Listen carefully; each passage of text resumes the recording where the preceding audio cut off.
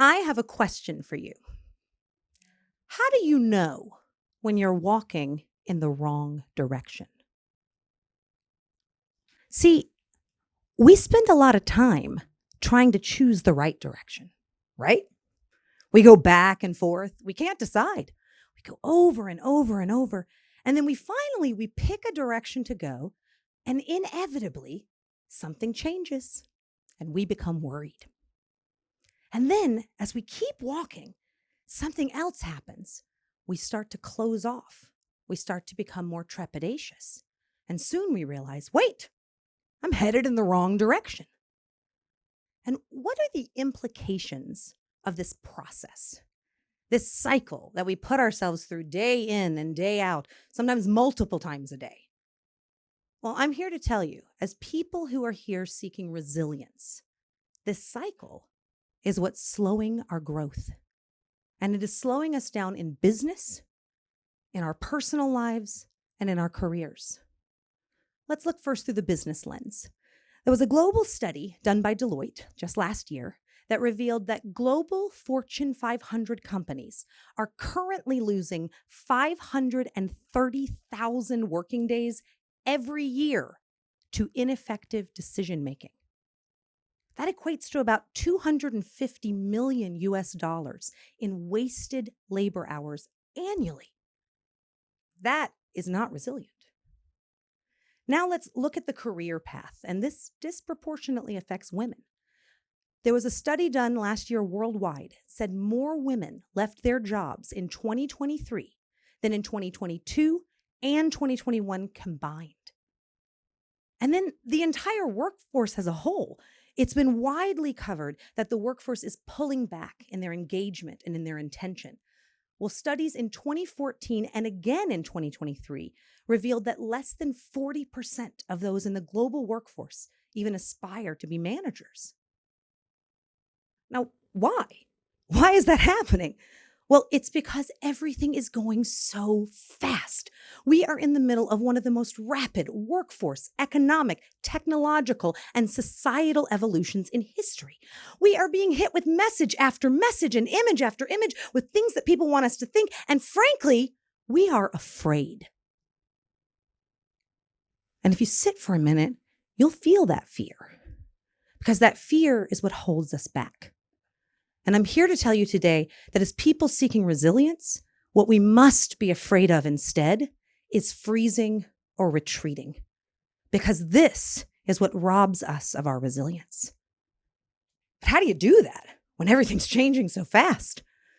Well, let's look first to a very wise man, Mr. Albert Einstein. And he said, the measure of intelligence is our ability to change. So that's what I'm here to talk about today, is change. And how can you navigate change in an effective way that will help you get to your hopes and dreams in your life? And I'm going to share 4 strategies with you today on how to do that. Let's kick off with strategy 1, which is get in the business of reinventing yourself. Now, this brings me to why I believe I'm uniquely qualified to be here today. You see, I am a CEO in a world full of people, many of whom are frankly cracking under the pressures of change. And I myself am pretty good at change. I have a knack for it. And you may ask, well, how'd you get that knack, Jen? And I'd say, I'm glad you asked. I'll be happy to tell you. So this is my origin story.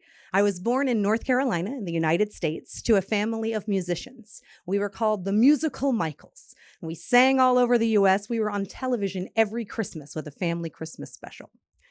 Then I graduated from high school, and the very next day I hopped on a plane and I went off to cruise ships where I was a singer-dancer. I traveled across, wore a lot of sequins, had a lot of good fun. Next, it was off to great New York City to achieve my dream of theater, and there I was a very well-trained and very serious waitress. I worked very hard. I served a lot of plates of food. I also worked hard on my craft, on my voice, my singing, my dancing, my acting, and I was able to land a couple shows in New York. And then I hit a stroke of good luck, and I was able to travel across the entire United States as a professional musical theater actress. And I even achieved my biggest dream at the time, which was to be a performer in a national tour of a Broadway musical. So I played Conchita Alvarez in the national tour of Barry Manilow's Copacabana. You can all feel free to envision me with fruit on my head. That is what I wore. And then I played Estelle Genovese in the national tour of the Full Monty. And you can all feel free to envision, you know what, don't envision that one. Skip that. Then I toured for one more year with the national tour of Rent in company management. So now I had built this entire theatrical resume. I had done all of these things. So what do I do next but head in a completely different direction? And I come here to Paris. And here I attend this wonderful academic institution. I gain a true global perspective on the diversity of life and communications. And I made some amazing friends. Now, after I graduated, it's 2008, and I head to California in the United States. I am master's degree in hand. I'm ready to go. And I am a waitress yet again. It's time to serve a lot of fettuccine because it's 2008. It's the Great Recession. So after many months working there, I was able to land a job as an account manager at a global PR firm. Very soon thereafter, I took a position as wife, and then I took a job as nurse to a husband who was going through cancer and had a bone marrow transplant quickly after our marriage. And I am very happy to say he is here and healthy, cancer-free with me today. Now, after that, I continued to work hard at my job. I moved to a smaller boutique agency and I became a vice president of PR. I then studied under the owner of that agency for 10 years to learn everything I could about the business.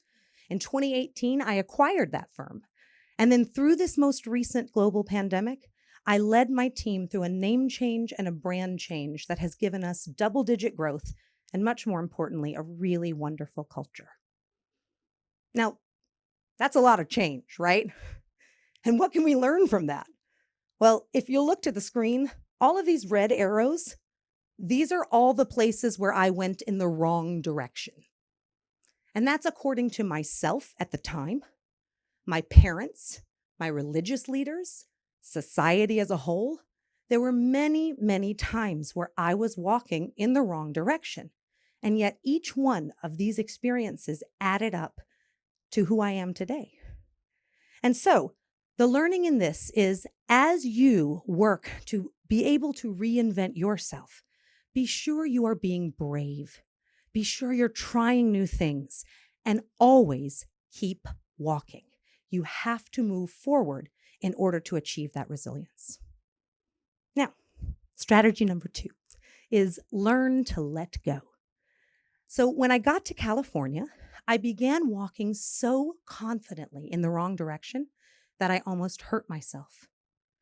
You see, I was supposed to be a mother. I mean, look at me. Who wouldn't get into a minivan with me? I can even remember back in New York when I was auditioning, this casting director came out. He comes around and he says, "Hey, listen, lady, we can't cast you as a teenager in Greece. You have this whole Mother Earth quality." I was about 19 at the time. See, I've always been motherly, and I've always known that I was meant to be a mother. And I can prove it to you. This is me at every party that is ever held at my house when children are present. I am a magnet to children and them to me. I love them. I love their energy, their imagination, their joy in life. And so again, this was further evidence. I'm supposed to be a mama. And everyone around me knew this also. So they joined in my effort to help me walk confidently. And walk I did. I moved forward. I studied mind, body, and spirit. I did acupuncture. I went to different doctors. I did special diets. And I am here to tell you that I did not get what I wanted. In fact, after 5 rounds of in vitro fertilization, pregnant is not a status I ever even achieved. Now, what's the learning in that? Well, it's that most of life is about letting go. We have to let go of the disappointments in life. That is what allows us to move forward and walk with confidence. And when you do that, you will have a habit that will allow you to face life's next challenge with more fortitude. It's important to remember, walking confidently in any direction doesn't mean you're going to get what you want, but you will end up better off. Now on to strategy number 3, and that is get clear on who you are. Now for this strategy, I want to introduce a concept I created called the knowledge quotient. Now this is kind of like your IQ. This is your KQ. And I know, quotient is a weird word. It just means percentage. And all I'm asking you is, what percentage of your knowledge comes from external sources outside of you? And what percent comes from inside yourself? Now, let me illustrate that for you. So if I asked you a question and you went only to the internet, your neighbor, your best friend, and your spouse, you ask them all this question, and just from that stimuli, you make this decision, you are at a 100% external KQ.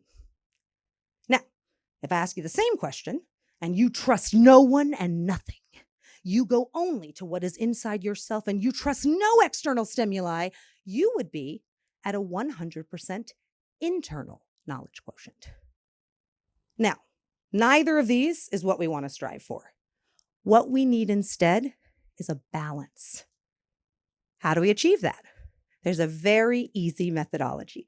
We just have to ask ourselves 2 questions, and we can do this anytime, multiple times a day. Question number 1, what percentage of my knowledge, my trust, my belief, my decision-making is coming from external sources? Things like the internet, other people, society as a whole. And I can share with you that when my external KQ is a little too high, it looks a little bit like this.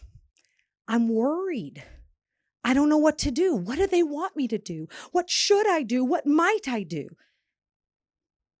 Now, the second question to ask yourself in this methodology is, what percent of my knowledge, my belief, my trust, my decision-making is coming from my inner world? Now, this is something I did not make up. We all know this. This is your wise mind, your intuition. Some call it the Holy Spirit, your inner voice, your Jiminy Cricket. This is the part of you that hears your own thoughts and feels your own feelings. This is the real you. And when you can connect with that, and when you can realize what's happening outside yourself, you become so much more powerful. And then from there, all you have to do is find what's right for you. There is no perfect prescription. You might be a 60-40, you might be a 70-30. Where are you most resilient? But being aware of who you're trusting, that's what makes this so powerful. Because if you want to grow, you have to know who you're listening to. This is a tool that easily helps you to accomplish that. Now, my last strategy for effectively navigating change is grow your own garden of thinking. Now, I picked this metaphor specifically because it is the wrong direction for me. This is a picture of me and my husband. He is trying to make me garden. I am trying to keep my hands free from all dirt. See, I am not a gardener. I don't have the patience for it. But I do understand that gardening is the perfect metaphor for growth. Because if you want anything to grow, yourself, your relationships, your career, a company, you have to plant it, nurture it, and pay thoughtful attention to it. And so, to do that, you have to give yourself time. You have to give yourself the time you need to cultivate your own ideas, to listen to what is inside. And then beyond that, you have to be really gentle with yourself. You have to treat yourself like you would a precious little seedling in the garden. And that is how you will grow. Now, at the beginning of this talk, I asked you a question. I said, how do you know when you're walking in the wrong direction? Well, I propose today that there is no wrong direction, as long as you walk with confidence and you stay true to yourself. And if you will, get in the business of reinventing yourself, if you will learn to let go of life's disappointments and pain, if you will get clear on who you are, know who you're listening to, balance the external and internal stimuli, and if you will then grow your own garden of thinking, you will become fertile ground for the ideas and the innovations that will make the entire world a more resilient place to live. Thank you.